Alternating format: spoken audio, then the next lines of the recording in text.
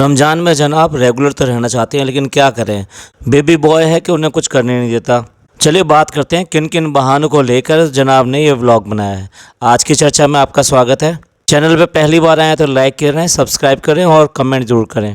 आलसी जनाब ने अपना व्लॉग डाला और इस व्लॉग में वो उनका कहना ये है कि क्योंकि जो बच्चा है वो उनको काम नहीं करने देता, यानी ब्लॉग नहीं बनाने देता, इसलिए वो नहीं बना पाए। और दूसरी तरफ मैडम और जनाब दोनों मिलकर उस बच्चे की इतनी तारीफ़ करते हैं कि वो कितना एंजॉय कर रहा था, कितना मस्ती कर रहा था और कितना मतलब ये भी खा रहा था वो भी खा रहा था, कितना उसने एंजॉय किया।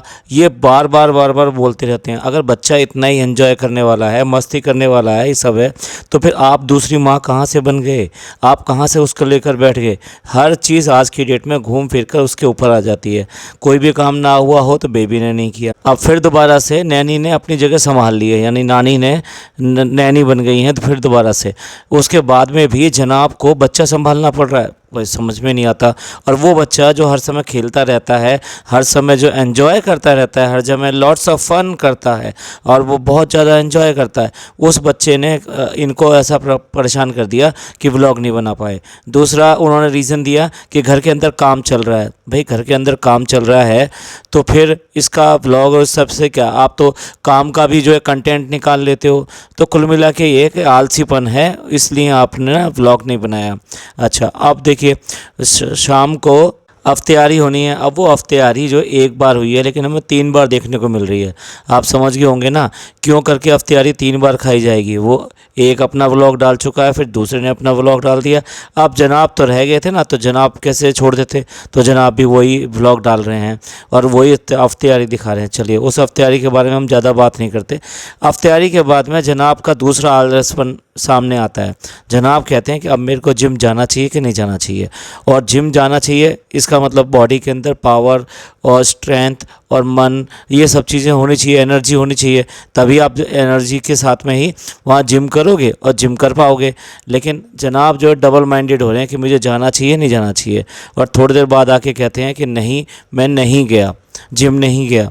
लेकिन जिम तो नहीं गए, लेकिन रमज़ान में ठीक अफ्तारी के बाद में आपको जो है दूसरी काम करना होता है। जो सबसे ज़रूरी काम है वो है तराबियाँ पढ़ना, और ये तराबियाँ पढ़ना बहुत ज़रूरी है। इसको रमज़ान में सुन्नत माना गया है, ये करना ही चाहिए। तराबियाँ क्या होती हैं, जो लोग नहीं जानते मैं उनको बता दूं कि एक कुरान सुनना जो है वाजिब है और ज़रूरी होता है। तो इसलिए वो कुरान जो है वो पढ़ा जाता है और रोज़ की रोज़ उसमें 20 रकात नमाज पढ़ी जाती है, जिसके अंदर वो कुरान को कवर किया जाता है। इस तरह से जो महीना होता है रमज़ान का वो 30 दिन का होता है, लेकिन 30 दिन के में कोई 27 दिन का करता है, मतलब 27 दिन के आसपास, 26 दिन के आसपास वो कुरान ख़त्म कर लेते हैं। यानी डेली वो पढ़ा जाता है और इस तरह से पढ़ते हैं कि वो 27 दिन में जाकर ख़त्म हो जाए। तो ये बहुत ज़रूरी होता है पढ़ना, और ख़ास तौर से मर्दों के लिए तो ये होता है कि वो बाहर जाते हैं, मस्जिद में जाते हैं और वहाँ जाके ये सब चीज़ें करते हैं। तो यहाँ पर इनका इबादत और इन सब से कोई मतलब नहीं। देखो किसी ने भी इन सब का नाम नहीं लिया, सिर्फ नमाज की बात ज़रूर करते हैं, लेकिन जनाब ने तो वो नमाज वगैरह की बात भी नहीं करी। और कुल मिला के ये है कि व्लॉग का मतलब जो है ना, रमज़ान का मतलब जो है व्लॉग बनाना और पैसे छापना, बस वही है।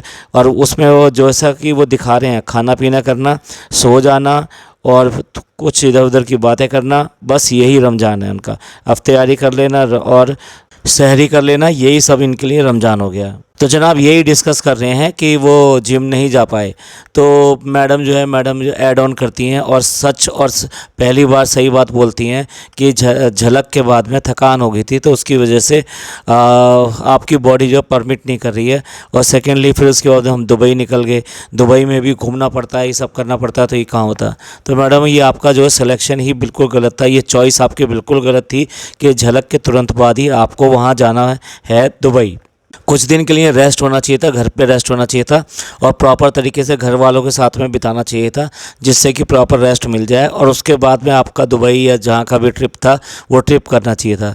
पर यहाँ तो प्रॉब्लम ये थी ना कि इन्हें पता था कि हारने वाले हैं, तो इसलिए 1 हफ़्ता पहले ही उसकी तैयारी करी गई और अचानक ही जो है तत्काल में पासपोर्ट बनवाया गया बच्चे का और उसके बाद में दुबई फ्लाई कर गए। और दुबई का ये सारा टूर, जैसे कि सबको अब पता ही लग चुका है कि ये स्पॉन्सर टूर था, तो फिर इसको कौन छोड़ता, तो इसलिए दुबई भाग गए और उसके बाद में वापस आए हैं तो अब रमज़ान है। अब रमज़ान है तो भैया कुछ टाइम दीजिए, जो टाइम आपके पास में इतना सारा खाली है वो दिन में या कहीं पर भी सोकर निकालिए और उसके बाद में एनर्जी लाइए कुछ, जिससे कि इबादत के लिए टाइम मिल सके आपको, और आप डेली की डेली तराबी कर सकें और नमाज़ पढ़ सकें और अपना जो है बाकी और इसके अलावा जो भी इबादत करना चाहें, कुरान पढ़ना चाहें, वो सब आपको करना चाहिए। कुरान पढ़ना इस महीने में बहुत बड़ी अलामत बताई है, तो इसलिए कुरान का भी पढ़ना बहुत ज़रूरी है।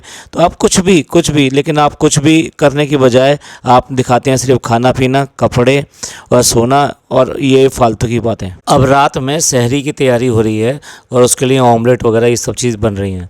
और वहाँ पर मैडम को आता है लाफ्टर अटैक, और लाफ्टर अटैक भी मतलब समझ में नहीं आया वो क्यों आया क्या नहीं आया। जनाब उनसे आके बार बार पूछ रहे हैं कि भाई क्यों क्यों क्यों क्यों।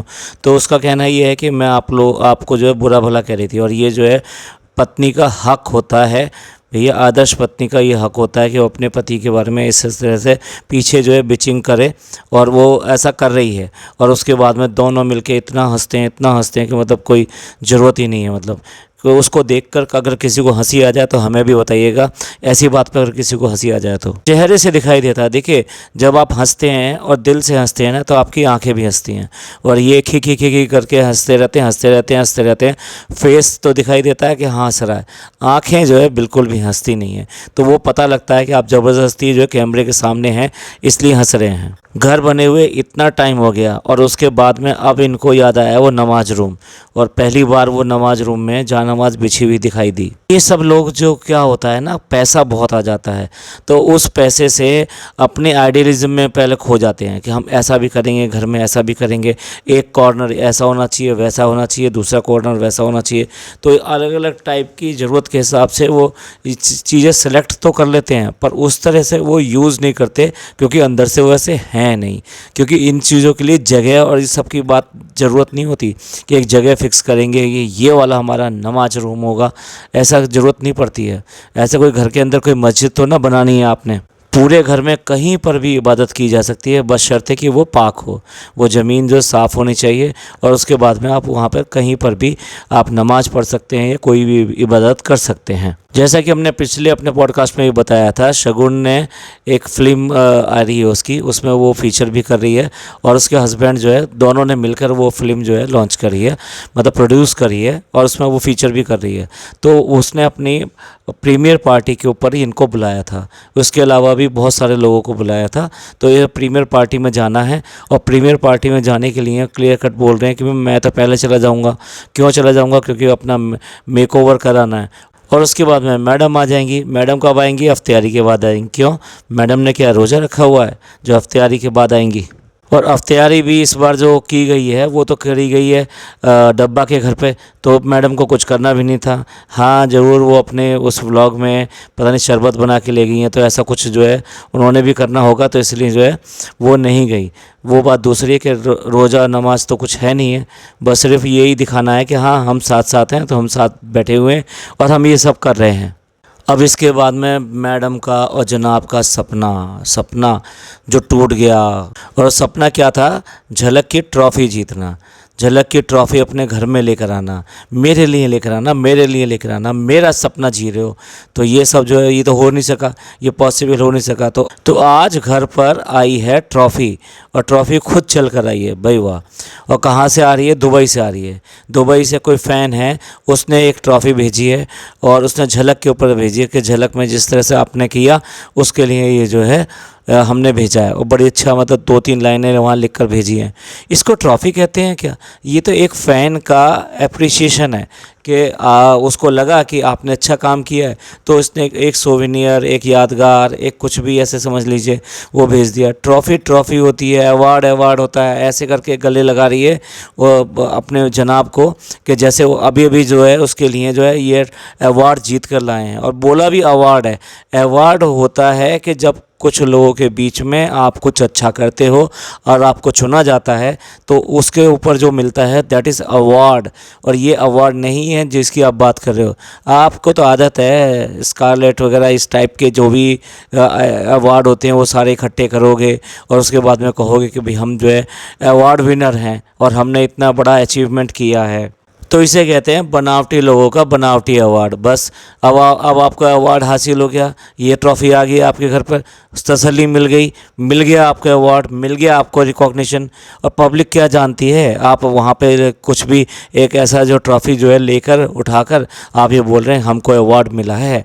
तो ऐसा कोई अवार्ड नहीं होता है, सब लोग जानते हैं और बहुत अच्छी तरह जानते हैं। और पहले भी आपका जो अवार्ड लेकर आए थे उसके ऊपर बहुत ज़्यादा आपको ट्रोल किया गया था। दादा साहब फाल्के अवार्ड, दादा साहब फाल्के का नाम सुना है, वो पितामह माने जाते हैं, गॉड फादर माने जाते हैं आज की फिल्म इंडस्ट्री के, बॉम्बे फिल्म इंडस्ट्री के। जिस तरह से आप जो SRK का नाम लेकर और फालतू की ये करते हैं कि भैया SRK जैसा, ऐसा कुछ नहीं है।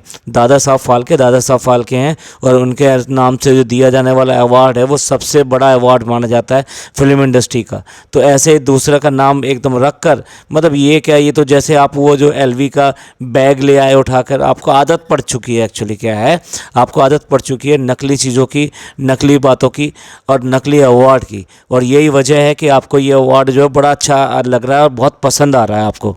चलिए एंड करते हैं इस पॉडकास्ट को। ये पॉडकास्ट आपको पसंद आया तो प्लीज़ लाइक कीजिए, सब्सक्राइब कीजिए और शेयर कीजिए। अपने लोगों का ख्याल रखिए, खुश रहिए। थैंक यू, धन्यवाद, अल्लाह हाफिज़।